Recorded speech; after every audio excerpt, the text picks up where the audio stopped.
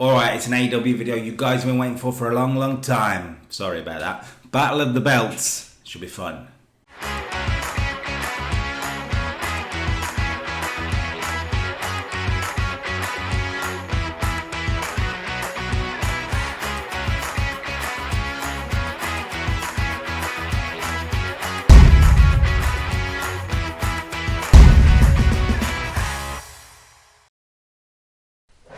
Hello ladies and gentlemen, welcome back to the AEW Say 2022 on TEW2020, and we are rolling towards Battle of the Belts 2 with the main event of Hangman Page defending the AEW World Heavyweight Championship in a First Blood match against Miro. We've also got Sammy Guevara defending the TNT Championship against CM Punk inside a steel cage, and the tag team titles are on the line as well, with Jungle Express defending against the House of Black. I promise a big debut tonight as well. So let's get to it. Battle of the Belts. If you're excited, drop a like on it now, and let's get going. Battle of the Belts 2. Boom. Okay, Battle of the Belts from the Wells Fargo Arena kicks off on the pre-show with Frankie Kazarian taking on Daniel Garcia, and a win for Daniel Garcia over Frankie Kazarian. Hopefully might boost him in the area. 49 for this, really good. 46 from Garcia, 44 from Kazarian. Garcia performing above his popularity, which is really good to see, and he wins with the sharpshooter. Okay, good to see. Let's do something different on the pre-show. We're going to have a 4-on-4 intergender tag match here for a 46. The Bunny, the Butcher, and the Blade teaming up with Hook, who's been drafted into the Andrade family on AHA. You get the point, drafted into that group for one night only, and they defeat Fuego del Sol, Riho, and Top Flight. Hook submitting Fuego del Sol with the red rum. 46, really good, really good for these guys to be getting this. Dante Martin, the best of the lot, interestingly, with the 48. 44 apiece for Blade and Butcher is pretty good. I'm really intrigued that the fact that Riho's putting in a 43. We know she's good. I should be using them more. Let's get on to the main show then, and we are going to kick off Battle of the Belts with a tag team championship match. It is for the AEW World Tag Team Championships. It is Jungle Express defending against the House of Black. Your winners and new AEW World Tag Team Champions. The House always wins. The House of Black pick up the victory. Malachi Black pinning Luchasaurus with the Black Mass. After interference from Buddy Matthews at ringside, Christian couldn't quite stop it from happening. House of Black win the tag team titles. Malachi Black 61, Jungle Boy 64, the two best men. Brody King 41, 49 for Luchasaurus. Two tag teams in a very similar position, and they've come together to put on a pretty good opener with a 63. Malachi Black was actually off his game, but I think putting the titles on the House of Black right now is the best move going forward. Jungle Boy and Luchasaurus can chase them for a bit. I'm not saying we have to split that tag team, but it just felt the right time for a tag team change, and I think House of Black holding it is what we're going to go with going forward. I think it'll be very, very interesting to see the Monster Heels as the tag team champions for a while, and that's what we're going to go with. I'm pleased with that, pleased with a good start. I mentioned a debut though, didn't I? And Tony Schiavone announces he's got an announcement of the newest signee for All Elite Wrestling, and he brings out Cesaro. That's right, Cesaro is All Elite. It hasn't happened in real life yet. I thought it would. People are forgetting about the fact that Cesaro is without a company right now. He's a talented motherfucker. That's right. It needed the language. And he debuts with a wrestling machine gimmick as a babyface. Welcome Cesaro to All Elite Wrestling. 61 is absolutely fine for this. I'm not saying this is the guy that's going to come in and be world champion straight away necessarily. He may be in the future if he gets hot. I don't know. But to come in and be a upper mid-card wrestling god, I'm in. 61, very, very good stuff.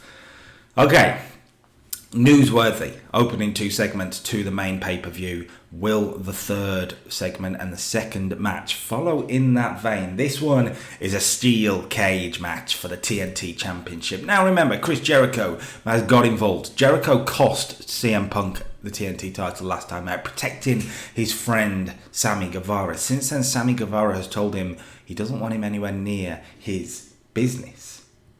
Right? I mean, he has made it clear that he wants to do this on his own. He's friends with Chris Jericho, but he wants to do this on his own. And as such, CM Punk made the challenge. Steel cage. Keep everyone else out. Make it 1-on-1. Will that be enough for CM Punk? Will he win the TNT Championship? Let's find out. Your winner.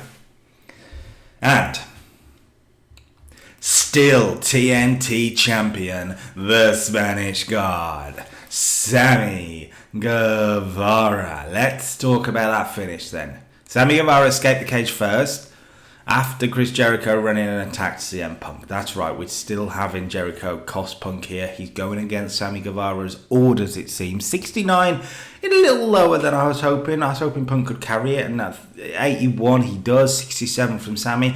To not hit that 72, 73 mark is a little bit harsh by the game, if I'm really honest.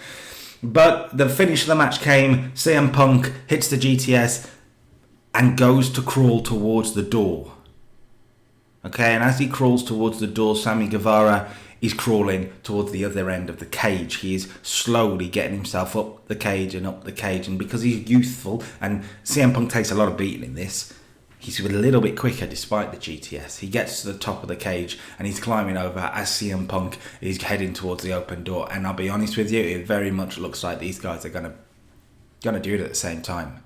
When out of nowhere, a running boot to the steel cage door from Chris Jericho, slapping it across CM Punk's head, knocking him back into the ring at exactly the moment that Sammy Guevara has turned his back on the action and drops to the floor. Sammy Guevara retains his title. CM Punk will not be happy, but Sammy Guevara will not be happy either. Chris Jericho getting himself involved. It's inner circle business as far as he's concerned. Is it though? 69, very good match for the level, for what we're looking at, but could have been better as well. I was hoping for a little bit better. Let's see what happens. We got 2 matches left, so let's get to the next one straight away. It's for the TBS Championship. The problem solver herself, Jade Cargill, defends against Anna Jay. Now, she's already beaten Ty Conti. Anna Jay wanted revenge for her friend. Will she get it? No, I'm not even doing the big thing. Jade Cargill retains her title with the Jaded. It's a decent little match. It's nothing special. They don't click, which didn't help. But he's still got a 35, which isn't that bad. This is the problem with the women's division, but we're going to just tough it out. You've got to book them, and it's a win for Jade. What we do going forward with the TBS title is a bit up in the air at the moment. I'm not sure exactly where we're going to go with it. But Anna Jay and Jade Cargill don't click, so that feud, that's over then. That is over. Now, I mentioned on Rampage, Jon Moxley has an idea for a new leader for his group with Danielson. 94 for this is amazing. Wow, what a segment. Now, you notice there's not another man mentioned here. There is a man that was supposed to debut tonight here. However, he is not available for another week or so. But we tease him. Here. And Moxley takes off. There's a table in the ring covered up, and he takes off the cover to reveal some brass knuckles, which Bryan Danielson is very familiar with lately, and a robe.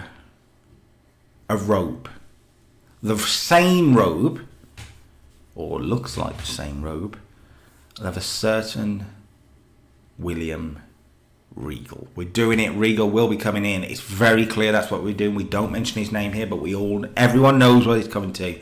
And Danielson approves. Regal will debut very, very soon. Okay, Battle of the Belts as a TV special has been pretty good so far.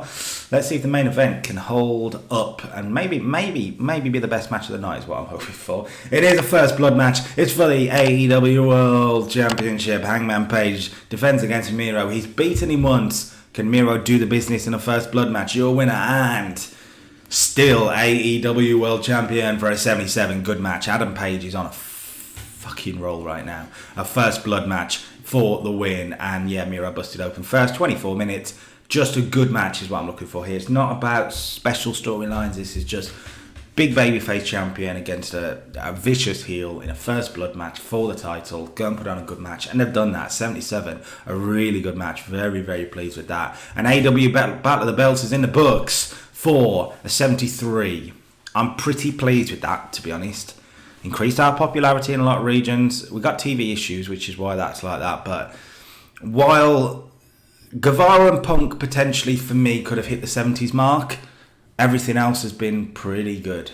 Pretty good. So I cannot complain. Cesaro's in, Regal's on his way, Adam Page is still world champion, and Sammy Guevara still your TNT champion. There it is then, Battle of the Belts in the book. And as I say, all those people still champions. And will they be champions as we head towards Double or Nothing? It's time we start setting up now where we're going to go for Double or Nothing. But next week, AEW Dynamite. Is it next week? Not next week. The week afterwards, we're going to be doing Dynamite. And it is going to be a big one. Dynamite and Rampage. I promise this. The debut of Cesaro. That's right, Cesaro's in-ring debut, Dynamite next week. If you like the video, make sure you drop a like on the channel. Subscribe to the channel for a whole lot more. Drop a like on the video even. And until next time, peace.